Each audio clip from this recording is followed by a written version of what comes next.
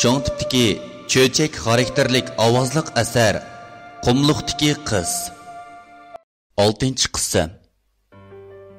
Xizmatchi yo'l bilmaganlik uchun bu yerning yo'llariga pishiq o'rliqaga tikilibdi. O'rliqa yo'g'on ko'rsaqlarini silab turib, o'l chachlarini qayirib, ularga qarab yo'lni ko'rsatishga boshlabdi.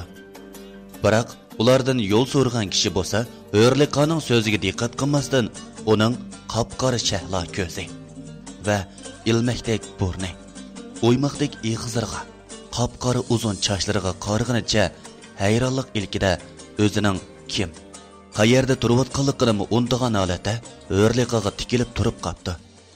Balkim mushiyaga kelganda his qilgan bo'lishingiz mumkin. O'rliqani bir ko'rishi bilan buncha tikilib ketgan bu kishi boshqa bir kishi bo'lmasdan ilgari o'rliqani izlash uchun ko'p kuchigan.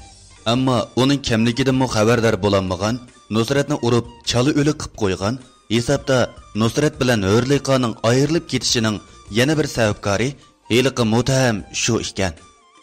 U o'rliqaga xuddi yeydiganda qarab, boshqalarning turtishi bilan esiga ketdi va o'rliqaning bequt turgan vaqtidan foydalanib, uni etiga besib, o'z qasriga elib mengibdi. O'rliqa bo'lsa, shuncha vaqirab o'zini qo'yib etishini o'tingan bo'lsa-mu, bu muttahamning quliqiga kirib chiqmabdi. U o'rliqani qasrning darvozasidan elib kirishi bilan nemish bo'g'inni tushunmagan muttahamning opasi: "Voy o'g'lim, nima bir homildor ayolni uyga elib kirib yuriysan? Nima qilasan uni?" deyishiga muttaham: "Opa, bu men necha vaqtdan beri yushurin kuyib yurgan, kech-kechalab uxlayolmagan, kun-kunlab ishqida uyqudan bedor bo'lgan qiz shu", deb so'zining oxiri tugmasdilla opasi: "Oy yaramas, seni nimaga tuqqan bo'lg'aydim? Bu jahonda shuncha ko'p qiz tursa, sen hech qaysiga ko'z qirig'ni solmay, bir homildor ayolni uyga boshlab kelib, menga kelin qilmoqchimi? Agar dadang hayot bo'lgan bo'lsa, mushu qilganlaringni ko'rib, sening yuzingga tükürib, sendek o'g'lim yo'q deb seni tonimas bo'lar edi. Mendek bir bechora xotinni bo'zaq qilg'iningmi bu?" deb zar-zar qaqshab, vaqirab yig'layotganida muttahamning singlisi kiribdi. Singlisi bo'lgan ishlarning hammasidan xabardor bo'lgandan keyin akasiga qarab: "Bu ayolni kelin qilib uyga akirishingga ruxsat yo'q", debdi. Akasi bo'lsa, uydagilarning oldida ilojsizligidan: "Agar to'y qilishimga qo'shilmasanglar, oldinglarda o'lib beraman", debdi. Singlisi bo'lsa, ilojsizlikdan: "U bu uyda tursa bo'ladi, biroq uyimizga xizmatkor sifatida kiradi", debdi. Muttahammo faqat uni ko'ralisizlar hammaga rozi bo'ladiganligini aytib, ma'qulligini bildiribdi. O'rliqaning kunlari endi texmi taslishishga boshlabdi. Qasrdagi boshqa xizmatchilarning va muttahamning opasining har xil xo'rlashlarga uchrabdi. Ularning eg'izlari echilishga boshlabdi. Uning qilgan ishlaridan zodil rozi bo'lmabdi. Bu qasrning g'o'jidorimi uni har xil eg'ir ishlarga sapdi. Kunda aynak surtish, pul surtish, eg'ir narsalarni ko'tarish qatorliqlarning hammasi uning kundalik ishlari bo'lib, uning jafolariga hech kim diqqat qilmabdi.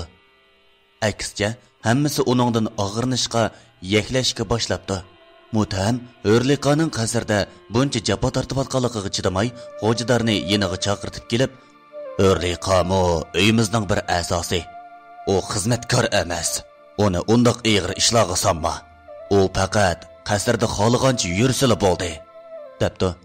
Xo'jidormi muttahamning ochiqini keltirib qo'yishdan ansirab, o'rliqani qayta hech qanday ishga buyurmabdi. O'rliqami o'z xohishi bo'yicha yashapdi. Ammo muttahamning opasi o'g'lini yeniga chaqirib: "U uyimizda hech qanday ish qilmay yursa qanday bo'ladi?" "Opa, undaq ishni cho'ngaytmasangiz-chi. U tag'a homildor tursa, yo'g'on qo'rsqini ko'tarib qanday uy ish qiladi? Qasrimizda xizmatkor ozmi? U bir odam ishlamay qolganiga uyimizni to'pib besib ketmas", debdi. Opasi bo'lsa: "U bu yerda bekorga yeb, bekorga ichib, bekorga yetib yuramdi. Biroq tuqqanimiz kelib uni ko'rsa, men ularga nima deyman o'g'lim?" Oğlum xalqning homildor xotinini yaxshi ko'rib qopdi. Shuni bulab elib keldi demdim. Sende 100 aql degan narsa bormi yo'q? Kallang ishlamdo sening. Debdi. Opsining so'zlarini anglagan Mutham, "Kechirgin opa. Bo'ldi, xafa bo'lmagin. Bo'ladi. Men deganing bo'yicha uni biror ishga o'rinlashtiray." debdi va O'rliqani huzuriga chaqirib, O'rliqaga qarab, "Sizni bu yerga ep kelib, jafoda qo'ydim. Lekin kashtiga tushirilgan so'rtingizni ko'rgan osh kundan beri sizning ismingiz, kimligingizni uqmay sizga g'oyibona oshiq bo'ldim. Siz uchun chiroylarim sarg'aydi gelimdan. Tomoq o'tmadi. Ko'zimga na uyqu kelmadi. Burun muhabbatga ishonmaydim. Faqat ig'izdagi quruq gap deb bilatdim. Lekin sizni uchratganim beri dunyoda rostli shundoq ulug' muhabbat borligiga ishondim.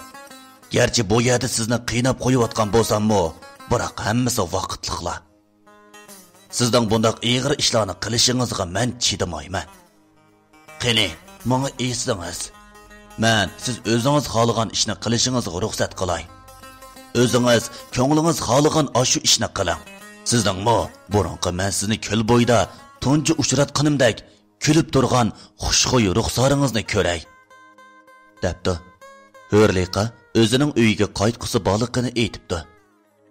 Mening uyimga qaytib, Nusrat turgan shu kapimizda tinch yashag'im bor, o'tinib qolay, deb yig'lab yolvoribdi. Biroq Muthammo bu ishga amalsiz ekanligini, o'zining to'g'ri tushunishini aytib, o'zining ketmasligini, mayli qanday ish bo'lsa, ma'qul bo'ladiganligini o'tinibdi.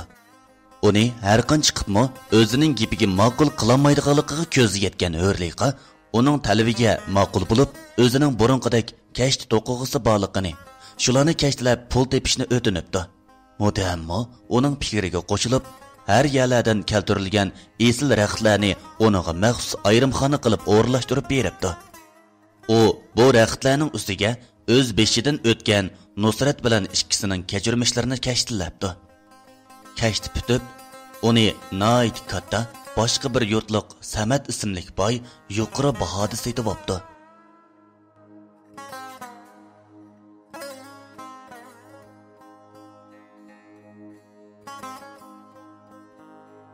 Aziz anglag'uvchilar, Qumliqdagi qiz nomli asarimizning 6-qismi mush yerda tamomlandi. Yoqtirib anglaganinglarga rahmat.